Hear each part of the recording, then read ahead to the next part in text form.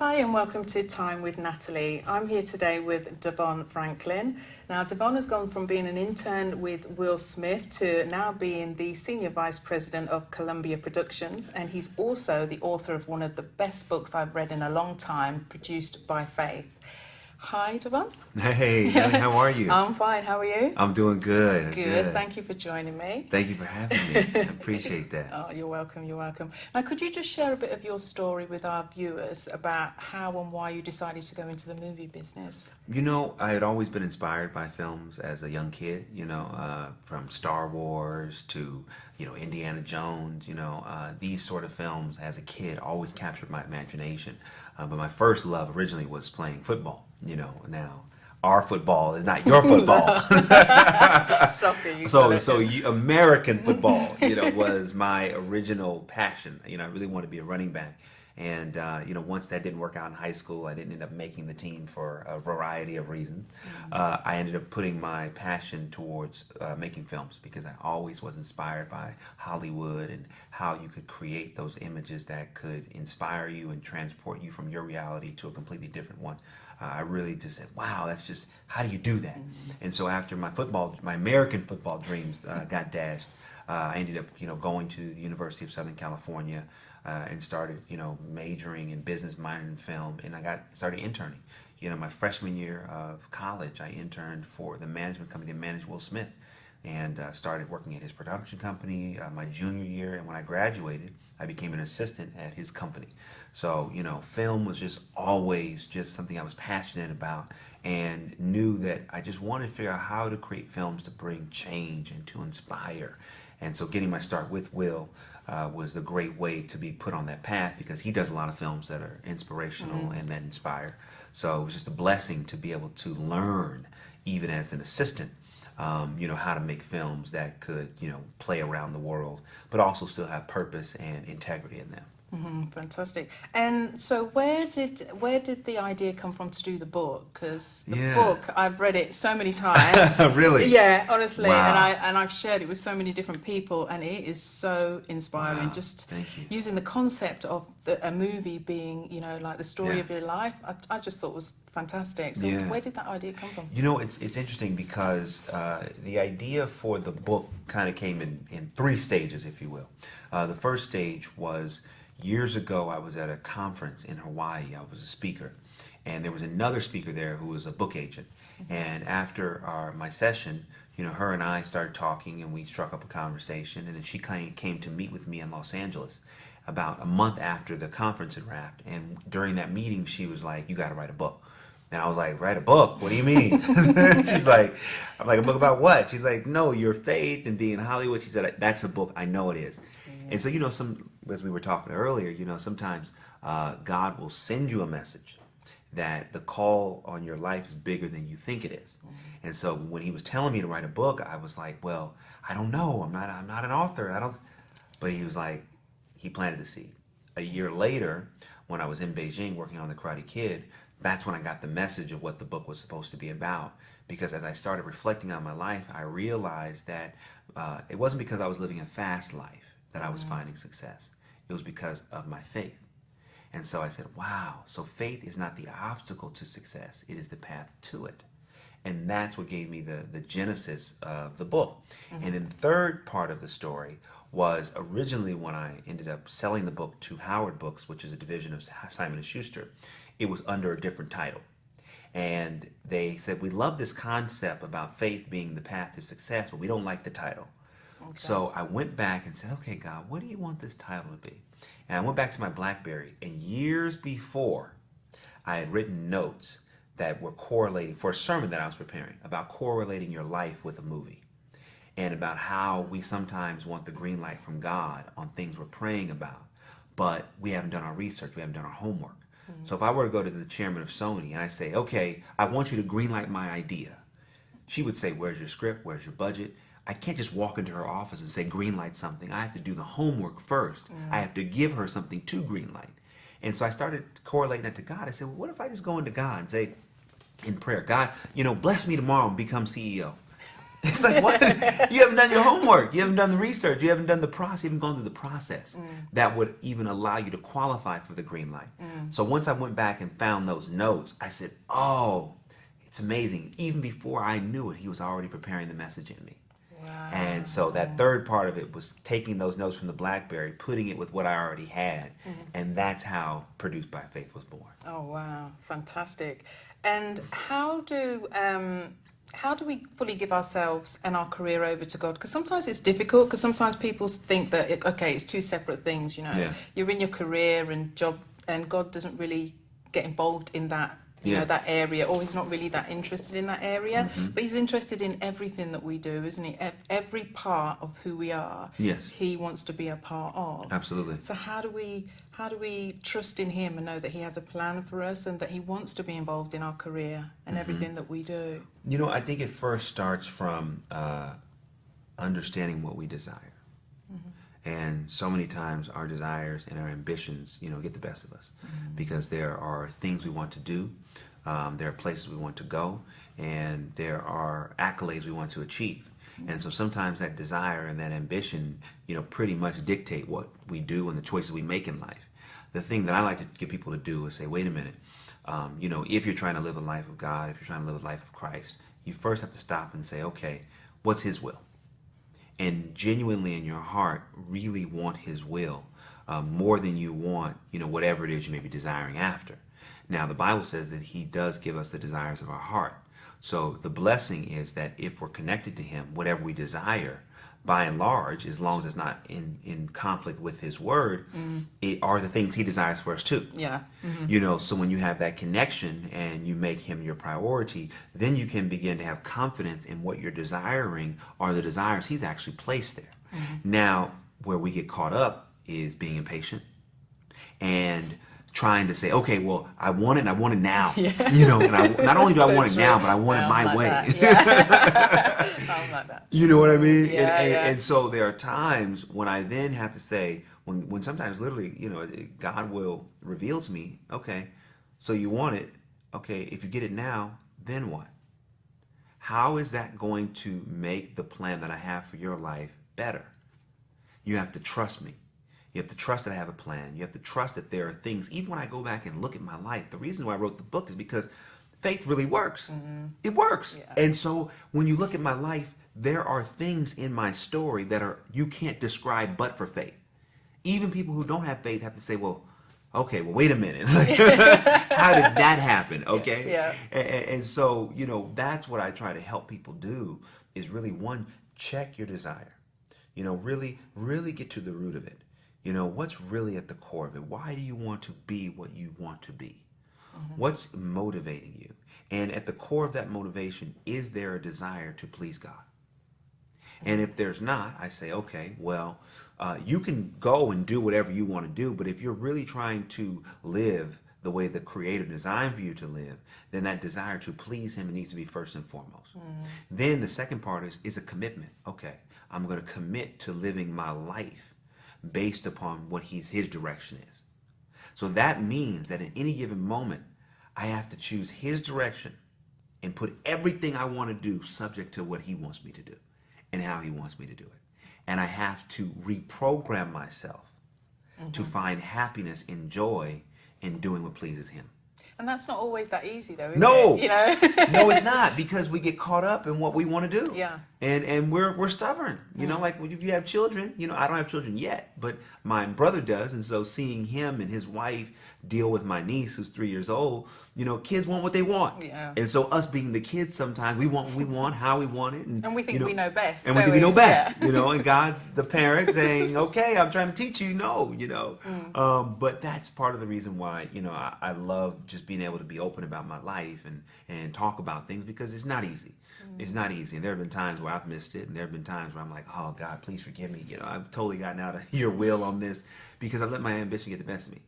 And it's like, even recently, it's like, okay, there are things I'm wanting and things I'm praying for. And I'm saying, okay, Lord, no matter how hard I pray about something, I still have to be patient. and I have to be okay with whatever he wants to do in the time that he wants to do it. Yeah, I think that's a really good point. And also in my own life, I've noticed for my whole life, I thought I was going to be a singer. I love music, and my mum was a singer, and so I always wanted to sing, and I thought that's what I'm going to do. Yeah. And so when about a couple of years ago, God decided, well, actually, I'm going to put you into TV, and you're going to create this show. I was thinking, what? You know, I have no skills, I have no background in it, but you made a point in your book as well with regards to the fact that sometimes God sees something in you that you don't even see in yourself, and that you would be great in this area. That's right. It's not that he's going to forget about the other area. At some point maybe he'll bring that back, but actually you can do so much in this area. That's right. And that really touched me because it made me think of what's happened in my journey the last couple of years of where he switched me into TV, and I've seen the doors open and what's happening. So I think that that's such an important thing to look at. You know, God's will. It's God's will. But that's what you're articulating, right? Is the beauty of life and the beauty of purpose. And sometimes, again, when we think of committing to God, we think of, oh man, I'm not going to be able to live a great life. Yeah. You know, I have to go live this life of God, and oh my goodness, right? It's so, you know, it's just like, okay, you know what I mean? Yeah. But what you've articulated and what I articulate in the book is the power of living a life of faith, because there are things that he will do that are far more fulfilling that we would have never pursued on our own. And the benefit and the blessing of when we surrender and we submit, we allow those things that he already wanted to do and he already wrote in our story to manifest. Fulfillment in it. You know, you wanted to be a singer. You say, oh, it's got to be this way, right? Who knows where that path of singing would have ultimately led you? But to be in something that you never thought, to be living every day is a day of faith. You know, every interview is an interview of faith. And to see the benefit of it, I would argue, I'm sure it's more rewarding and more fulfilling than the other path that you were on. Absolutely. You know, and same for me. You know, writing the book, and that's been an endeavor of faith, and being able to have the platform to discuss it is far more rewarding than if I said, no, Lord, it has to be my way, and I don't know if I'm an author, and I don't know. No, I am who you made me to be, and I'm going to embrace that. Yeah. Because you've even been on Oprah, haven't you, on Super Soul yes, Sunday? Yes, and how did that go? And how did that all come about? Because that's huge, isn't it? It's unbelievable. Love Oprah, so. Me too. Me too. You know, it's fantastic. So how did that all come about? It all started with a mistake. You know, I had made a mistake, and there was someone I was supposed to call back, and I didn't call him back until much later than I was supposed to have. And that person was a very, senior agent in Hollywood, very, very powerful person. And, she just wasn't happy about it. And so as a way to say sorry, I sent her a gift, and included in the gift was an advanced copy of my book. And when she got the book, she was like, oh, I really love this, and I think you'd be a great fit for Oprah. So she sent it to one of her agents, and one of her agents is the one that ultimately helped facilitate it all. And so I say, wow, look at God. He used a mistake to set me up for one of my greatest blessings in life. And so sitting with her was amazing. It was just awesome. I mean, she is just so incredible. And to be able to have the opportunity to discuss with her, the virtues of the book, and for her to really get it, and for us to connect, it was beyond anything I could have ever hoped for. Again, going back to this idea, like committing to God allowed for that moment to be produced. Yeah. If I had not committed to him and it had to be my way, it would have never happened. Because it was beyond my ability to facilitate. Yeah. I did not know her. Yeah. We had never met it, and again, in terms of the other authors and people she spoke to, it was like there was no good reason why I should have been sitting with her, but for, the grace of God, and for that to have been a divine appointment, for both of us. And so, the power of faith was incredibly alive just by the fact that moment happened. And it's been a blessing to me then, it's a blessing to me now, and it just continues to open up so many doors. Yeah, I can imagine. Yeah. I can imagine. And I was at the talk that you did at the Black Film Festival in Hollywood, and you said something really interesting where you said about the one person that you need to network with is God. That's right. And I just, again, that was another of your kind of, as Oprah says, aha moments for me. And I was like, gosh, yeah, it's absolutely, and we know it, don't we? Yeah. We know really as Christians, Yeah. we know that's what we're supposed to do, but we don't Yeah. always do it. We're always kind of searching for Yeah. ways to get into various industries or to connect with certain people. Mm-hmm. But it's so true. It is, because what happens is we forget this first. Yeah. You know, we're all about this, and we think that, oh man, I'm out here meeting this person, I'm hustling, I'm doing my thing, and it's like, wait a minute, the one person from which all of our resources comes from, we spend the least amount of time with, we check in the least, but let it be this person that we think can give us something. We're talking to that person all day long. Yeah. And it's like, wait a minute, we have to network with God. We got to keep our relationship with God open. We have to continuously keep the line of communication going all day, And what I realize is a lot of times people who are aspirational, right? Mm-hmm. They don't do the things that really matter to actually allow those things to manifest. And what I mean by that is when you have that relationship with God and you keep that first and you really work on it, and you also work on your craft, right? Okay. So many times we are 50-50 about our networking with God, and we are about the same with our craft, but when it comes to networking, we think, oh, it's all going to have to do networking. Okay. Yeah. So if we're out there networking, okay, so let's say you come across somebody who is in your network who can bless you. If you haven't networked with God and you haven't really worked on your craft, you will be unprepared for the opportunity they can give you. That's true, yeah. So by networking with God, you get yourself right spiritually. By working on your craft, you get yourself right professionally and vocationally. So that when opportunity presents itself, you can actually maximize it. Mm-hmm. That's why it's important. So sometimes because we don't think that we're being busy, we don't think we're actually working. But I try to help people change their perspective. Working on your relationship with God is absolutely producing benefits, right? Yeah. You're depositing in the spirit. When you're away from everybody else and you're at home, you're researching, you're taking classes to become better at whatever you do. You're going through workshops. Even though it doesn't seem like you're making progress, you are. Because you're working on the very tool and the very gift that will help facilitate whatever God has called you to do in life. Yeah. And it's interesting because this show is all about helping people to maximize their time. The brand is all about time. And I believe there's 7 key areas to live in a balanced life, including time for work, which seems to be the main one that people do. So it's time for work. Yeah. And there's less time for relationships, there's less time for community, less time for personal development. But one of the key ones, I believe, is time for spirituality and time for God. And you're right, we spend less time and we're so busy that it's a case of, we try and fit in, even if it's just 5 minutes. I know 5 minutes is better than nothing, but sometimes we're busy, we're rushing around, and we just completely leave God out of the equation. Yeah. So how do you manage that? Because you're so busy with what you do, obviously in the industry that you're in as well. What does a day look like in the life of DeVon Franklin? And how do you fit in your time for everything that you do? Obviously your family time and your exercise time and everything. Yeah, how does that work for you? Every day is different. And so part of what it is being open to the flow, Okay. and being fluid, and not being too regimented. Now, the key is to have a regiment that is unregimented. Okay, right. Okay. So what I mean by that, every day, start with prayer and devotion and really get centered. In terms of meetings, my meetings can range from, screenings to general meetings to pitches. Or I could be traveling. I mean, the days in terms of the actual work day can be very, very different. What I try to do is I say, okay, I know that every day I'm going to start with God. That's a given. In terms of working out, I say, okay, I want to get in at least 3 to 4 days, right?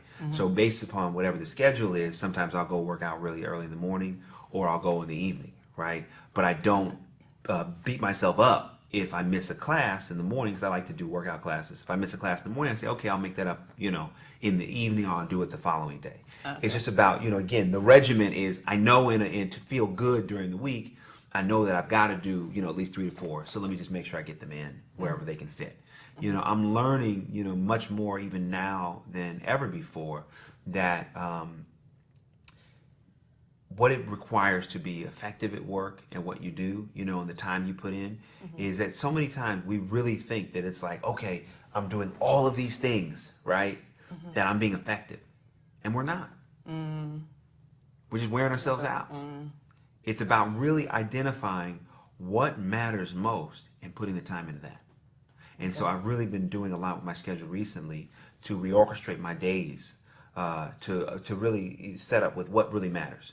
You know, what are the right relationships? What are the film projects that I need to work on? What are the things? How can I reorchestrate my life around the value of what I'm doing, so that the things that I do actually create more value? You know, not just filling the schedule with a ton of things and thinking because I've done 7 meetings in a day that I'm actually moving forward when I'm not. You know, so I'm working on being more flexible and being more fluid, but knowing gotta get time with God, gotta get time with my wife, gotta, you know, work out, you know, and gotta eat. Oh yeah. This is quite a challenge, isn't it, with the way the world is at the moment. That's It's right. like you're being pulled in so many different places. Yeah. So it's so difficult to be able to fit everything in. But you're right. It's a case of, you know, what's the most important thing that you need to do, not just being busy for the sake of being busy, which I think most of us do, really, don't we? You know. We do. Yeah. We do. And also, I just wanted to touch on one of the biggest problems I know for me personally and for quite a few people is courage and fear and anxiety. For me personally, it's quite a huge issue because I was ill quite a few years ago. Oh, wow. And I had a nervous breakdown about 10 years ago. Wow. And I don't really share it a lot. And I just felt that God was saying to me, you know what, people see a lot of what you do, traveling here, traveling there, filming, interviewing this person, but they don't really know your story. And to connect with people a bit better, I think I need to share a bit more of my story. And I have a lot of issues with kind of fear and lack of courage, and it's only through God's grace and His strength, really. Every day I have to say to Him, if you don't help me, then you know, every single day I have to say it, and He does, because I'm still here at the end of the day. You know, I haven't been wiped out yet.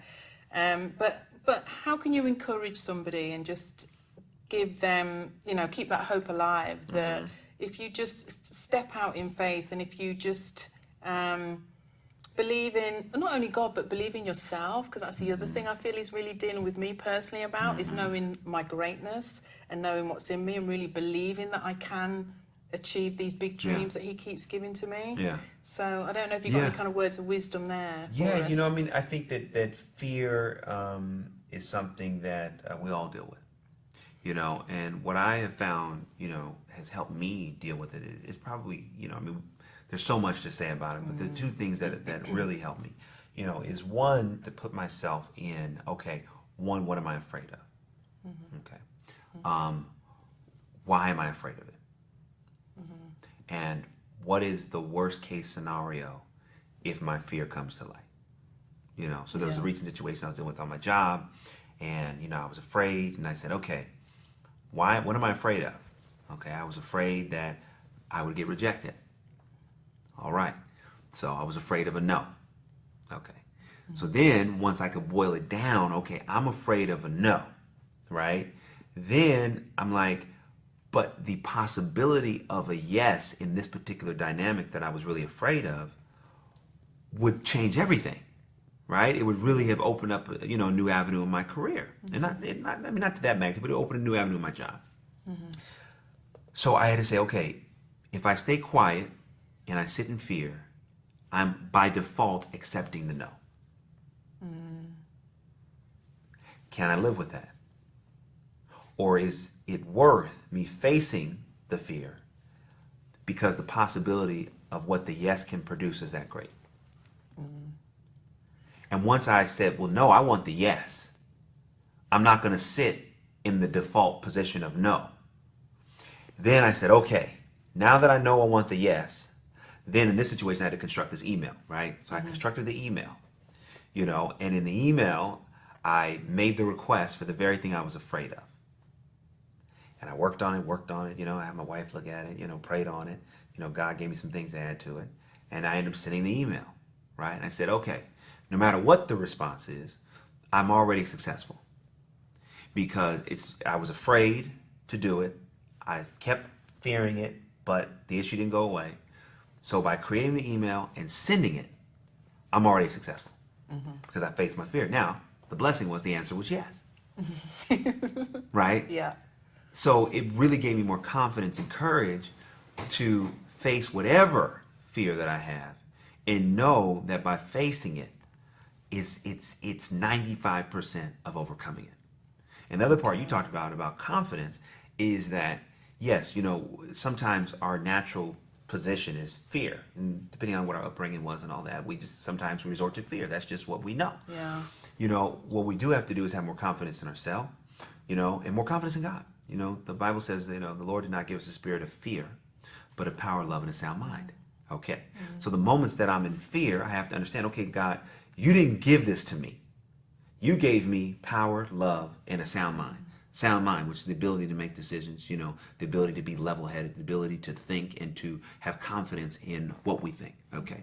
So the moments I'm fearful, I have to actively give that back. God, this is not a gift from you.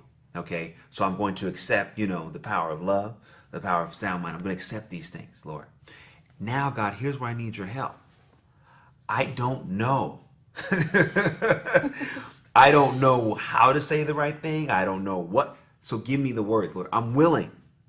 I want to face it. But I need your help on how to do it. And I'm not going to accept fear. I'm going to give that back.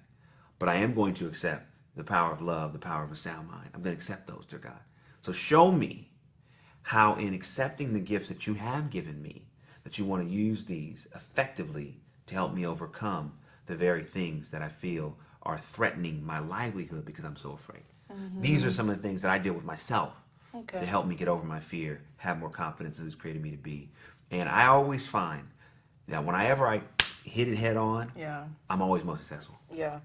And I think that that's what I need to do. I think I need to just kind of step out into the unknown, kind of get out the boat like Peter. You know? Got to get out. Even if I'm shaking and That's even right. if, you know, I feel That's like, right. oh my gosh, I'm going to pass out. That's right. But I think that's the only way, isn't it, of overcoming. And when you realize, you know, I think a lot of times we are so afraid to fail, you know, and that fear of failure is so strong that it can cripple us. You know, but when you understand that in God, in essence, you can't fail, right? Because anything in the moment that seems like a failure is only there to help us. You know, and sometimes what people would call a failure is our greatest blessing because of what we learn and what comes out of it. So when we understand, okay, Lord, I can't fail. All right, so that means I can talk to this person with confidence. I can, you know, request this. I can anticipate what you're going to do. You know, I can expect it that things are going to work out because I'm approaching it from a standpoint of faith and a standpoint of confidence in Him and who He's created us to be. And that type of confidence and that type of faith and that type of disposition helps us manage that fear of failure. You know, because I have it too. I mean, even today I was, you know, dealing with some project stuff and some, you know, trying to figure out some of the movies I'm getting ready to make and are they going to work and are they going to be successful and all that. And I said, well, guess what? God put me in this position. He knows the movies He wants to be made. I'm not going to unduly try to take more ownership than I'm supposed to take. I'm showing up. I'm doing my job. I'm doing it with passion. I'm doing it the way He told me to do it. And ultimately, He is in control of what movies happen. All I have to do is stay in His will. Now, when I start trying to take more ownership, well, it's got to be this and it's got to be that. It's like, wait a minute. No, it's got to be the way He's designed it to be. And my requirement is to do my part. Faith without works is dead. So I'm going to do my part. I'm going to do the works part. And then leave the faith up to Him to bring into the story what He wants when He wants it. And to have peace. To say, well, you know, you know what? I'm good. I'm doing what I'm supposed to do. You know, how it's going to work out, I have no idea. But I know that I'm in the right place doing what I'm fulfilling my responsibility. And I have to let Him be in control of the result. And as long as you're doing the best that you can, then the rest, as you say, you can't control everything, so that's right. The rest is up to Him. That's right. And in the book, I just wanted to quickly touch on, in the book you mentioned about distribution. Yes. And that analogy, I thought it was, again, brilliant. I love this book, it's brilliant, it's brilliant. Thank you. Can you just explain what you mean in that sense? I get it, because I'm in TV, but... Right. What I mean is that distribution of a film, and you know, to use the analogy in the book, is that every film has distribution, you know, and getting distribution is always probably the most difficult thing of a film. You know, a lot of times people can find the financing, but if they can't find the distribution, then the financing will go away, right? But all distribution is getting your movie or your product to the audience at the right time. Now, every studio in town has a slate of films that they distribute. And the head of distribution will look at the slate and they will strategically identify what dates are the right time to release certain pictures based upon the content of that picture and who's starring in the picture. So there is no random date that's chosen. Every date that is chosen is based upon a lot of research, because the goal is to maximize the impact of the film when the film goes to market. Yeah. That's the whole reason you're trying to choose the right date at the right time. There's a science to it, right? So with God and our purpose, sometimes we don't believe that God has a distribution plan for us, but he does. He has a plan for our lives when we're going to have the maximum impact on the world, when whatever he's created us to do and who he's created us to be will line up when the world needs it the most. That's our release date. That's good. Right? Yeah, that's so good. And so many times we want to rush it. We want to get released before we're ready. Yeah. Now what happens is that if you try to release a movie before it's ready, the movie will fail. Because if you're rushing the production process and you're trying to make a release date, a lot of times, no one wakes up in Hollywood and says, I want to make a bad movie, right? But sometimes the reason why the movie may not have been all it could have been is because we were rushing to get it out to market, right? Yeah. And so many times when we're in a hurry to get our purpose out and not let him guide us, we can mess it up. So some films that aren't good enough for theatrical distribution will go direct to video. Right? So if you maybe spend a little more time or you spend a little more money, you could have got a better cast or took more time on the story. That film could have had enough quality to be released on screens all around the world, right? That's what theatrical distribution is. When you can go to a movie theater and see a movie, that's theatrical distribution. Now, direct to video or, straight to your home on demand are sometimes, some films never make it theatrically because they're not good enough. So the best you can do is, go through distribution that's online or, go through distribution direct to video. Now with our purpose, imagine if we rush it. Imagine if we take the plans out of God's hands. Say, God, I know better. And I'm going to make sure, I'm going to show you that I'm ready to go to the world. And heaven forbid, the plan for our life was supposed to be that God was going to release our purpose all around the world. And there were people he was going to have us touch. But because we rushed it, the best we could get, metaphorically speaking, was direct to video. Yeah. So the impact we could have had, Yes. we still have an impact, Yeah. but the magnitude isn't as great Yeah. because we rushed the release date. So we have to trust God that he knows when the world will be ready for what he's put in us to offer. And we didn't create the universe, you know what I mean? So there are opportunities that are happening in the world that will prepare and be uniquely suited to what he's created in us. What about if you don't feel ready for distribution? God knows you're ready, Then but you know what? you don't feel ready. Again, it goes back to confidence, right? To a certain degree, it's not about what you feel. Yeah. You got to put your feelings aside. Your feelings lie to you. You wake up in the morning and you say, I feel depressed, right? But you have to make it. Sometimes you make a choice. Say, I might feel depressed, but guess what? I got to eat. So no matter how I feel, I'm pushing through. I got to get to the office. You know what I mean? Yeah. I might feel afraid, but no matter how fearful I am, I'm choosing to operate in faith. I'm making that call. I'm sending that email. I'm going to have that conversation, right? So when it comes to this idea of not feeling ready, okay, if God says you're ready, you're ready. So sometimes we have to get out of our own way, and not be the obstacle to our own blessing. And if God is calling us and he's pushing us, again, even to write this book, I can't tell you that I felt ready, but I said, you know what? I'm going to operate in faith. I'm going to step out on faith. I've never written a book before. Okay, cool. We're going to write the book. We're going to put it out there. And the more I started doing it, I began to realize how ready I was. Yeah. But it wasn't until stepping out on faith and actually doing it and trying it and like being overwhelmed by it did I see that all of the preparation was already in me. But I needed a situation that would help bring it out. So sometimes when you don't feel ready and you are ready, don't listen to your feelings. Push through it. If God's giving you an opportunity and you're like, how am I going to do it? Okay, God, how am I going to do it? All right, I'm going to take a step of faith, Lord, but I trust you're going to work it out. And in every instance, whenever anybody that I've counseled or talked to, whenever God has provided an opportunity or the vision, he's given the provision for it to happen. And so our job is to, again, be faithful, operate in works, and to trust that he's got it. And I love those times when he puts something in front of me that I'm not ready for. I'm like, oh, God. Okay, here we go.